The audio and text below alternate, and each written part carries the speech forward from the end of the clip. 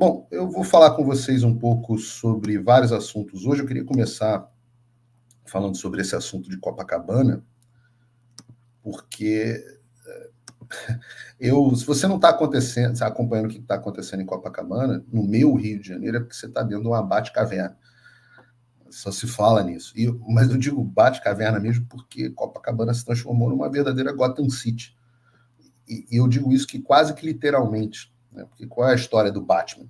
Qual é a história central, né, do Batman? É a ideia de uma cidade que estava totalmente dominada pelo crime, que é a Gotham City, que foi inspirada na Chicago dos anos 30, na época dos gangsters, do Al Capone, etc. E aí você tem um menino, a história que todo mundo já viu, né, do Bruce Wayne, que ele é vítima dessa violência e ele resolve que vai lutar contra o crime pelas próprias mãos. Aí ele se torna um justiceiro, um vigilante. E é isso que os moradores de Copacabana parecem ter resolvido fazer, tomar a justiça com as próprias mãos. E eu conheço muito bem Copacabana, né? Eu sou do Rio, minha mulher veio de Copacabana, conheci ali Copacabana, mãe das minhas filhas. Ela é nascida e criada em Copacabana. Então, Copacabana era meio ali quintal de casa, um lugar que eu conhecia muito. Eu já tive, inclusive, o privilégio de ser assaltado em Copacabana com a arma no vidro do meu carro. Isso aí, estou falando de, acho que 2008, 2009. Então,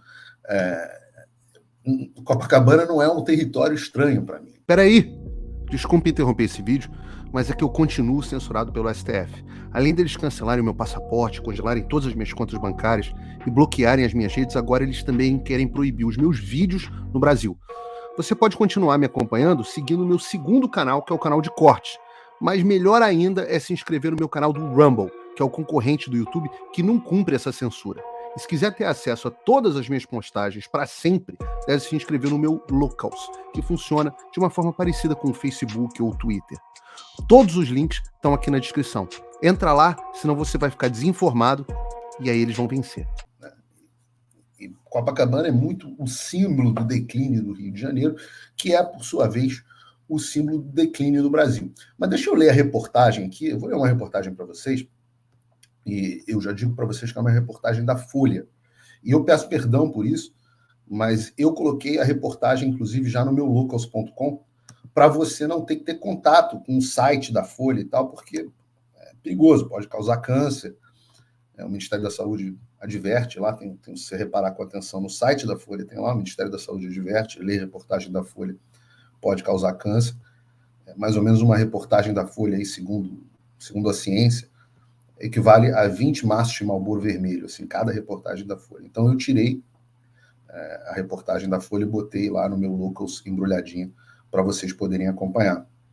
Então vou ler aqui para vocês, mas de novo com a ressalva de que é uma reportagem da Folha, mas é mais para a gente botar a bola rolando aqui e começar essa discussão. Vou ler aqui para vocês. Copacabana virou um ponto de guerra, diz a moradora do bairro. Moradores falam sobre a sensação de insegurança na região. O grupo saiu à caça de supostos assaltantes. Os supostos assaltantes são o da Folha. O Bolsonaro é genocida, mas os assaltantes são supostos assaltantes. Então vamos lá. Uma moradora que reside há 60 anos em Copacabana, e Copacabana realmente tem muita velhinha. A mãe a avó da minha esposa, da mãe das minhas filhas, mora ainda em Copacabana, com, 98 anos. Então, essa senhora aqui mora há 60, né? 60 anos em Copacabana. Então, por 60 anos, ela chegou em Copacabana na década de 60. E Copacabana era um espetáculo na década de 60. Então, uma moradora da Zona Sul do Rio de Janeiro definiu a região como um ponto de guerra. Ela diz que cada vez é mais comum ver grupos de criminosos cercando as pessoas e cometendo roubos em plena luz do dia. A reportagem da Folha andou no bairro da tarde dessa quarta-feira e não viu reforço no policiamento, mesmo após as cenas de violência em que os grupos saíam à caça de supostos, mais uma vez, supostos assaltantes. Alguns utilizavam soqueiras de metal, aquele soco inglês, né? E tacos de beisebol. Em nota, o governo Cláudio Castro afirmou que ficou estabelecido que, além da melhor distribuição do policiamento, haverá intensificação das abordagens. por que não antes, né? A missão será cumprida por policiais militares dos batalhões da área, unidades especializadas, e assim como os que integram os programas de Copacabana presentes, da Secretaria de Governo, Rio Mais Seguro da Prefeitura, além das guardas municipais. Todos programas absolutamente falidos. O governo do Estado absolutamente falido, não só financeiramente, embora também, mas completamente falido moralmente, completamente falido em termos de estrutura. Né? Por causa dos recentes episódios de violência na região, a produtora de eventos, Thaís Castro, disse que planeja se mudar. Copacabana está um caos. Eu sinto que está pior do que nunca. Não temos liberdade de ir e vir, que é o que acontece quando a barbárie impera. Né? Eu quero falar um pouco sobre isso. Não podemos pegar o celular na rua. Isso era uma coisa que no Rio de Janeiro já era na minha época. Né? Eu criei aqui, eu tive que restabelecer o hábito de falar no celular na rua, que era um hábito que eu não tinha no Rio de Janeiro. No Rio de Janeiro, você meio que anda com a parede na bunda, com a bunda na parede, perdão, para não acontecer nada com você. Você vai andando assim, sempre olhando nas vielas. É um clima que é pavoroso. Eu digo para vocês que estão no Rio que é possível se libertar disso. Né? E eu digo a vocês que toda vez que eu chego no Rio, eu volto para o estado de ansiedade e alerta que eu estava antes. É um estado assim... as pessoas falam, Paulo, você senta, você escaneia todo mundo que está dentro de um restaurante, olha a porta de saída, vê se você acha que tem alguém armado. Eu falei, mas pô, eu sou do Rio de Janeiro mesmo. Fazem anos fazendo isso. Então tá dentro de mim. Para você se desprogramar disso, é um negócio que toma um certo tempo. Né? Ela falou, nessa época sempre acontece isso, e de fato, o final do ano é pior com a bandidagem, mas eu acho que esse ano piorou. Preciso ir à rua e só sinto medo. Também com medo de ser roubada, a jornalista Tatiana Alcântara passou a adotar estratégias para conseguir usar o celular na rua. Olha, conseguir usar o celular na rua. Pô, olha o direito de usar o celular na rua.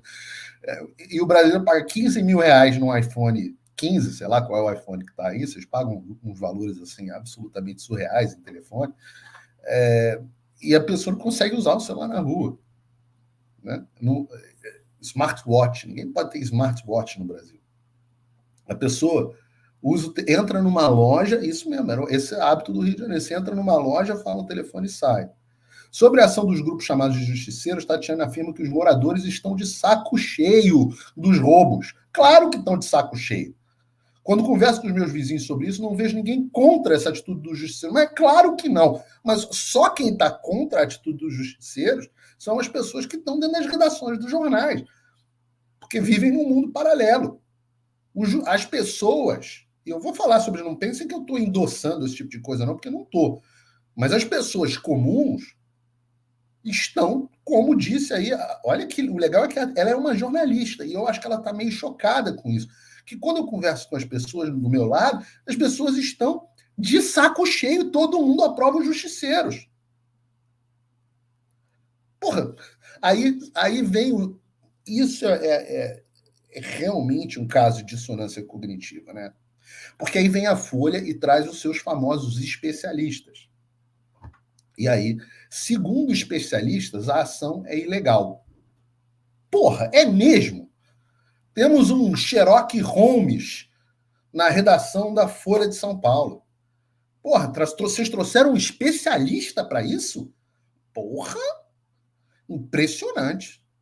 O ato de fazer justiçamento com as próprias mãos é considerado como crime de exercício arbitrário das próprias razões, previsto no artigo 345 do Código Penal. Porra, é mesmo? Quer dizer que eu não posso fazer justiça com as próprias mãos? Para o advogado, a descrença da população com a capacidade do Estado de garantir a segurança, especialmente no Rio de Janeiro, é um dos fatores que contribuíram para a ação do grupo contra os supostos criminosos. Aí, é óbvio que vai dar ruim. É óbvio que vai dar ruim, porque esses caras estão marcando os encontros por grupo de WhatsApp. E assim, não há nenhuma inteligência na polícia brasileira, em nenhuma das polícias brasileiras. A única coisa que eles fazem é olhar tweet e grupo de WhatsApp. Antigamente era escuta telefônica, mas hoje ninguém mais conversa no telefone. Então, tweet e grupo de WhatsApp. Aí os caras resolvem marcar um grupo de WhatsApp e a Globo está em cima desse assunto. É óbvio que vai dar merda. É óbvio que esses caras vão ser presos. né? E aí tá aqui, ó.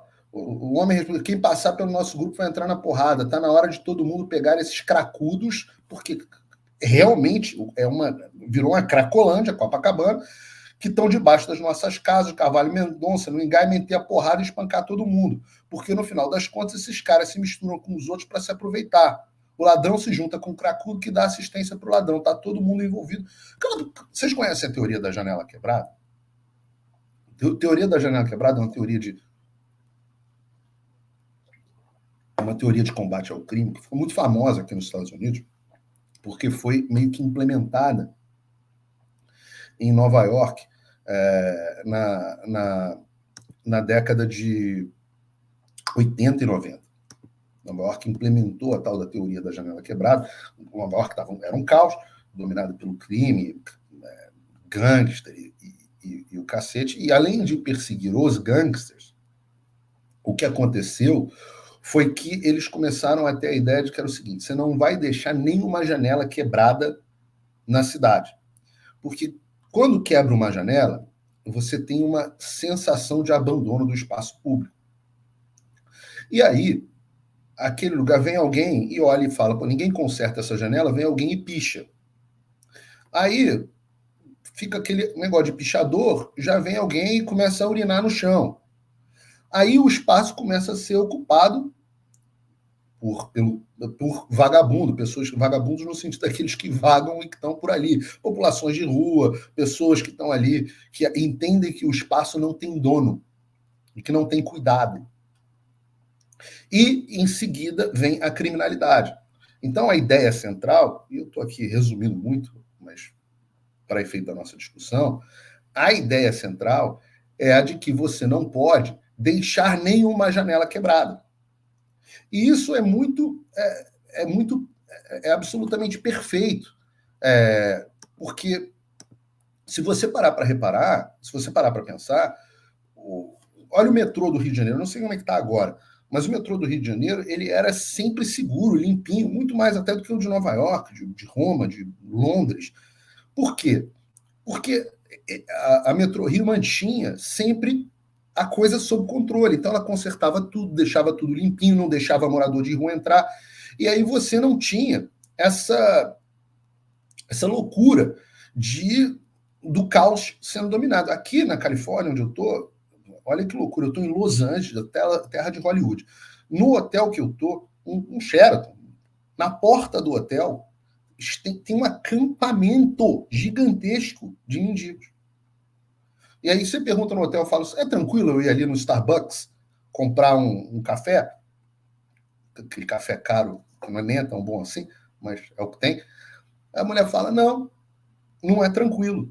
Porque, pô, ali, ó, é fechado só com morador de rua.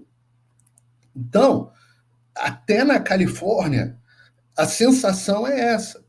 E aí você começa a ver as ruas cheirando a urina, os lugares pichados, etc. E, em seguida, vem a criminalidade.